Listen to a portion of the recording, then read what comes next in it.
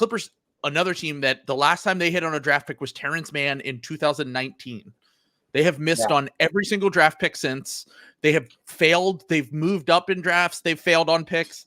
They haven't. They had that horrible trade last year where they swapped to get Eric Gordon for half a season. They moved from the 19th pick to the 30th pick in the draft. And then they took Kobe Brown instead of Cam Whitmore, who went at 19, which now looks like a fucking disaster because Cam Whitmore's obviously going to be a guy and Kobe Brown's already 24 years old. So the Clippers, their outlook is like very similar to the Suns, I would say. Massive payroll, unreliable top-end stars that are aging, and more importantly, no draft picks until I think they have a pick in 2030 is their next like unprotected pick that they technically still could trade if they wanted to, but the Sixers own some of their draft capital. OKC still owns some of their draft capital, and moving forward, it's basically going to be an every other year thing where they're able to draft. On top of that, I want to run through their 3 stars. You have one of your 3 stars is under contract. That guy just missed the playoffs and is hurt every single year. He's a great player, but he's also getting into his back end of his 30s, and now he's under contract for a long time. What is he, 33, 34? 30, I think he's my age, so I think he's 34. He's either 34 or 33. I can look it up. But and then you have 2 other stars, one of which you just traded for. You traded real stuff for last year. He's actually 32. He's going to be 33 in June. But either way, not good. Being 32 is kind of wild. That is kind of nuts. I thought he was like 34. I think he's the greatest. I think he's the greatest what if of all time. He might be. Seriously. He is. Because it's like, think about every year that he's been healthy enough in the playoffs outside of the bubble, he's basically got to the finals or won the finals. Yeah. New Grant Hill, man. It's basically he's basically super Grant Hill. Like, what if Grant Hill was maybe like a super Tracy McGrady? You know what I mean? Like, where it's like if Tracy had 2 runs in him throughout his career instead of getting injured every single year, then what would his career look like? But Kawhi is just not reliable at this point. He's never going to be healthy in the playoffs. So you're moving into a new building. I think they're about to become a repeater team too. And it depends. Who are they bringing back? So this is my point. So you have James Harden and Paul George are your other 2 stars. Paul George is being tied to teams, including your Philadelphia 76ers. He's also pretty old. We've seen the Paul George Kawhi thing for a long time. And it's good, but not great. It's, an outside shot of a title if everything goes right for you, and it has not gone right for you at any point. And you have aging James Harden, who did really well in the playoffs, which is a little bit of a double-edged fucking sword, because guess what? Guess who's asking for a max contract again this offseason. So, and this is what we've learned from the Damian Lillard thing. Honestly, the other big skill for this things is don't be the team stuck holding the fucking bag when the guy goes off the cliff. That's the other thing that like really destroys you as a team. I think the 2 things under this new CBA that are really going to kill you are being stuck paying the old guy who, when he crashes off the cliff, and 2, having to pay one of your own young players that is not good enough to have a max contract, and you're paying him a max contract. Keep cutting him. Oh, Jesus, my throat. Evan Mobley. Oh my God. Oh, you've got it too. That's nuts. Oops. So yeah, well, so like stuff like that is going to happen. And I don't know. The Clippers have no way. They have, I guess, a few more role players, and I think they're in a little better situation than the Suns, because I do think that, broadly speaking, LA seems to be one of those towns where you can get people to show up, and like when guys get bought out, you can actually probably get buyout guys, so they can usually get Miller has real money. He doesn't have Like, this is what I've been trying to explain to people. I know you said, like, on the last episode, like, the mortgage business might be good, but, like, Yeah, it's not that ain't good. no one spending $300 million for a team that ain't making the playoffs. Like, that's just not a thing that happens ever, and it will never happen. The only time it's ever happened in the history of the NBA was the Warriors when they had multiple injuries and they were in the middle of a dynasty. Yeah, right. There was like, yeah, they were like years and years away. Yeah. And Ballmer, like, I mean, he's obviously one of the richest owners in the NBA and is also has let's just say a lot of energy. He has a lot of energy that can come from anywhere. Yeah. So he might be more willing to, yeah, that's good. Let's do it. Let's make that the move. So like he's more A willing lot of to their, eat it. have I not Yeah. said, a lot of their decisions feel like Yeah. their Wall Street room decisions. Yeah. It's a little Scorsese film gonna be Yeah. coming out. Could they possibly buy out Quinn Snyder from the Hawks and get him to replace Ty Lue? Oh no. That would be amazing. But yeah, I don't know. Like, I don't think that they're in a situation too where they're moving to a new stadium too, where so it's like you can't even pivot to your rebuild really. You're kind of like forced at gunpoint to continue to fucking double down. Like I think some of these, like the Suns' hand is just going to be forced by the fact that like Matt Ishbia is just not going to have money, like, and he like literally won't be able to pay them, so they're just gonna have to trade KD in the next 2 years. Which, by the way, I have heard rumors that we might be playing I know it's not popular to play P. Diddy right now, but I'm Coming Home by might be playing for Kevin Durant soon. Let's just say that. That's right. He's going to not Dallas. Washington, D.C., his NBA home. Let's just say that. That was college home, not the Longhorns? No, not that either. Okay. One state over, though. One state. But yeah, I just think that they are, because none of the other thing is like none of these guys have trade value. I think even if you re-sign Paul George, James Harden, and Kawhi Leonard, in terms of like stars, guys, if you're paying these guys $60 million, I don't think you're getting much back, if anything. Like, I think you might just be handing someone the contract when you trade these guys. Yeah. Versus some of these other teams we're going to talk about have like guys who, if you traded them, would like instantly give you a jumpstart rebuild. Like we're talking multiple good first round picks and like some good young players. Like if you were to trade them, and I don't think you're getting that for Kawhi Leonard and his injury history and aging Paul George and James Harden. So, and I do just want to point out here that Paul George kind of has the Clippers over a barrel in these negotiations. Yeah. Because he has the Magic, the Sixers, cap space teams that could possibly offer him a full max. Yeah. And the Clippers' alternative is let him walk, pay James Harden, and hope that you can get him, because Harden doesn't have a market. I mean, it's just, there's no realistic market of any of these teams that would sign James Harden after everything that's happened, even though James Harden had a better season than Paul George. And the thing is John Horst, do you want to be a legend? John Horst?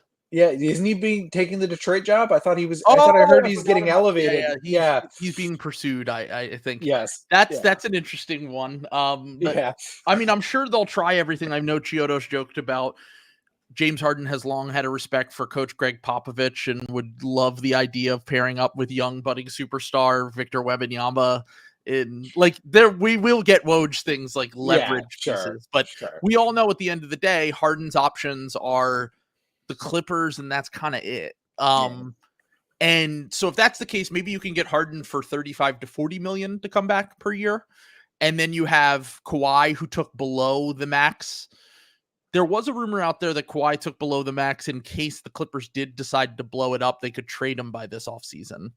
But I think they're more likely to try to get all these guys back, maybe even overpay to keep Paul George because of the other offers that are out there, and then try 1 or 2 more years with this core. And then if things really go to shit, like you said, they can eventually get back to the point where all their deals expire around the same time 3 to 4 years from now. They can either trade them as expirings, or they can just let them expire and have a path to cap space, because they're one of the only markets where cap space has any sort of tangible like outcomes for teams. Like the majority, like the reason why I hated the cap space plan for the Sixers was because I didn't think we ever got free agents. Now we're sitting here in May of 2024, and I go, okay, well, I also didn't see this new CBA and all of the ramifications of these teams spending way too much money, and it ending up being possibly a benefit for a team like the Sixers. But LA,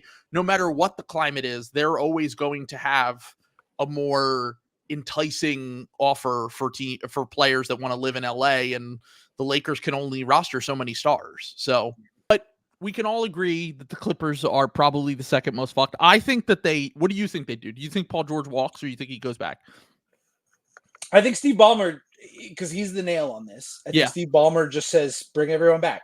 And I think that that's what they're going to like try to do. I think it would behoove the timeline of the next Clippers championship being measured in years instead of decades would mean that I would hope that they strike out on James Harden and Paul George and just try to get younger with cap space or take on shitty deals, fill that lane, have Kawhi out there putzing around, and who knows? Like is really Kawhi plus like, you know, mid free agent X, like is Kawhi and Tobias really like making 20 million like really that different? Like, if you're the Clippers, would you rather just lose Paul George for nothing, or would you rather try to work out some sort of deal where you can be like, here's second round picks to make this work, and we'll either take a big exception, sign him, send him into your cap space, or we can try to get back Tobias Harris, DeAnthony Melton, the guys that you don't want, kind of similar to how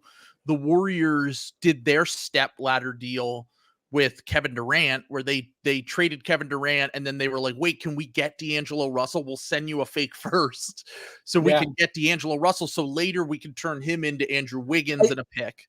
I think because of the hard cap, I don't think they can do sign and trade. But if they avoid the second apron, they can, I think. Okay. Yeah, because I was going to say it depends on Harden.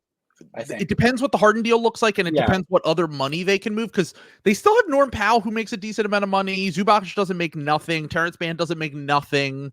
They'd have to make a decision on Harden, because I think Harden's cap hold is going to be like 48 million or something like that, so which is probably going to be bigger than what you end up paying him. Sure. So I don't like, you probably have to figure out Harden first. So I think something like that is possible, but it usually doesn't like really work out that way. Kind of how the sign and trades end up working out is it's like, I've agreed to terms with them, and what you do is you end up crawling on your hands and knees behind the wait. Just take some second round picks so we can get a traded player exception, please. Please? Can we do that? And then you can have your money, Paul George. And that's. So I don't know. I'm thinking the Sixers would only do that if it's an agent favor to, like, in Tobias's case, it's not an agent favor because Tobias's agent is his dad and it's his only client. But like, if DeAnthony Melton grew up in LA and he's a Clippers fan, and if the Sixers are going to let him walk anyway because they're worried about his back issues or whatever, then that might be a scenario where it's like, let's just help out DeAnthony Melton get some money. And here's whatever. And they've done business with the Clippers in the past. I mean, they literally just did the Harden trade. So it's not like these teams. And then if you want to go back even further, I know it was the Elton Brand front office, but they did make the original Tobias Harris trade too. So it's not like these front offices haven't made trades before. But it would have to behoove the Sixers to do this. And there has to be some sort of incentive. And I think Morey would just be like, why don't we just use the fucking cap space? Why are we getting involved? That's what I was just gonna say. Like, Daryl Morey finally just Shawshank style got out from under the all the sins of the Colangelo and Elton Brand front office. You know, like we are just now getting a version of the Sixers that is built in his image. Yes, exactly. So, and I don't think he's gonna surrender that. Like, I think he wants Tobias and all these guys like gone, and then making his own decisions on Kyle Lowry, Kelly Oubre. That makes sense. Two. All these guys. So I don't know. I mean, I think I put them next on the rankings because they're also like uber fucked. They don't have as many picks like out the door as the Suns.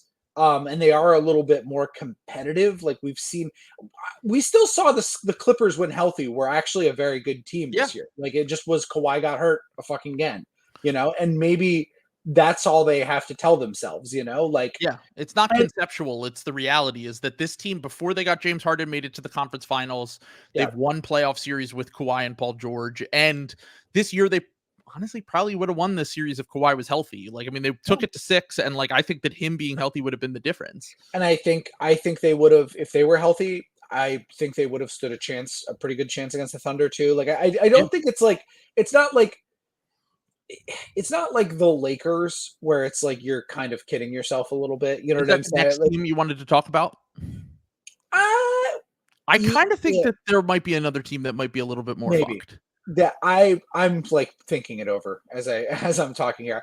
Just to like close out the Clippers, I think that they'll tell themselves, because they're the only team in the regular season that like beat the fuck out of the Celtics this year, like convincingly. I think the Celtics only got blown out like twice this year, and like one of them was they beat all the good teams in the NBA this year, basically at some point. Yes, so like just the thing is like these guys are getting old, and it's like a ticking time bomb. When are these guys going to be unplayable in the playoffs? We kind of thought this would be the year for James Harden, but it turned out James Harden still had a little bit left. So maybe they've just got to be insane.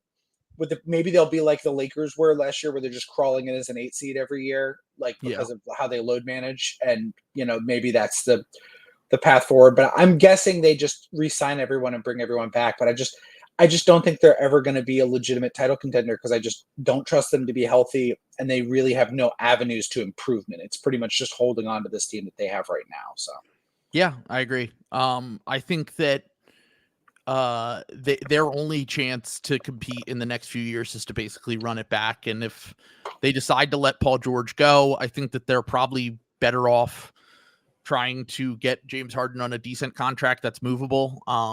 And if it doesn't work out, trade everyone in a year. Like, I was saying, I just wouldn't even resign him.